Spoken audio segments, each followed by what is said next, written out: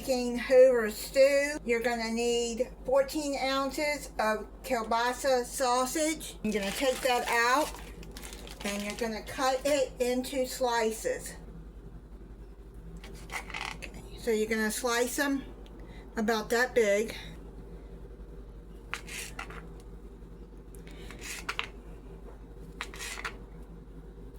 This is a recipe I got from Cowboy Kent Rollins. He said this is a Depression era recipe, but they used hot dogs if they had it. So you can put hot dogs in this too for a cheap meal. If they didn't have hot dogs or sausage, then they didn't add the meat.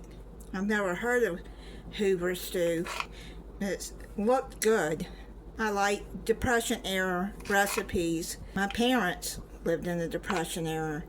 I'm going to take this over to the stove and we'll get started on the next step.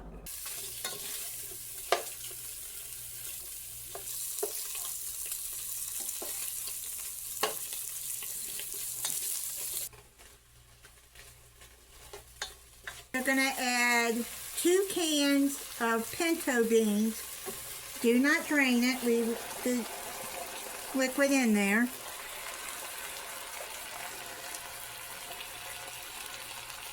Depression era, people grew a lot of their vegetables to feed their families. And they didn't always have meat. And you add 2 cans of stewed tomatoes. The recipe don't say what kind, but I had these Italian style stewed tomatoes, so I'm going to add those.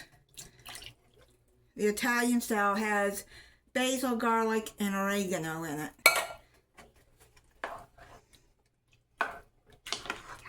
My mom used to can her own tomatoes from their garden. They had stewed and she made sauce. Now you're going to add your macaroni noodles in there. You're going to cook these al dente because they're going to cook some more in the stew. Stir all of that in. I already added salt to the pasta water, so I'll just see if it needs more salt once I taste it. You're going to cover it and continue to cook 15 to 20 more minutes, stirring occasionally. Season to taste with salt and pepper. It's done. I'm going to try it. Now I read up on this, and it's called Hoover stew, named after President Hoover. It's really good, and it's got enough salt in it. And sausage with it. That's a really good meal. You can see that it's really easy to make and it's not expensive to make. Thank you for watching. If you're not subscribed, I hope you'll subscribe and click the notification bell so you'll be notified when I upload a new video. Bye.